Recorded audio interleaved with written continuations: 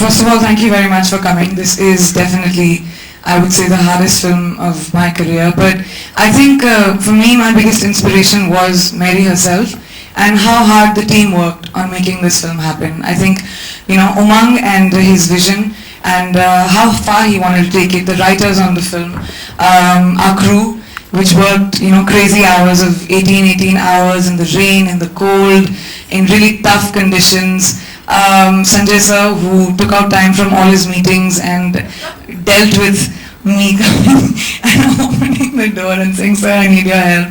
But just everyone on the team, really. It's been a very difficult film for everybody. But the inspiration was Mary herself. I mean, this is her story.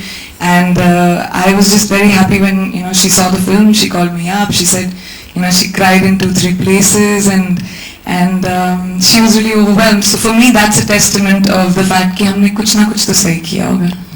बहुत कुछ सही किया है. The buzz is being created from the very teaser day. आप sportsman खुद भी हैं ना? नहीं. तो मैं actor हूँ. But ये sportsman बनना पड़ा आपको. All the training looked very real. It looked really like how when we saw Farhan trying to get in shape and do all that, it looked very real. तो आप बन गए आपका boxer. I think after the film. I mean, अब मुझे boxing के बारे में इतना तो पता है डेफिनेटली कि I can get into a bout, but I wouldn't say मैं बॉक्सर बन गई हूँ. एक एक्टर का काम ही होता है कि to make whatever I'm playing, especially a biopic on a living, breathing person who's almost my age. I think वो सबसे मुश्किल बात रही मेरे लिए because she's right there.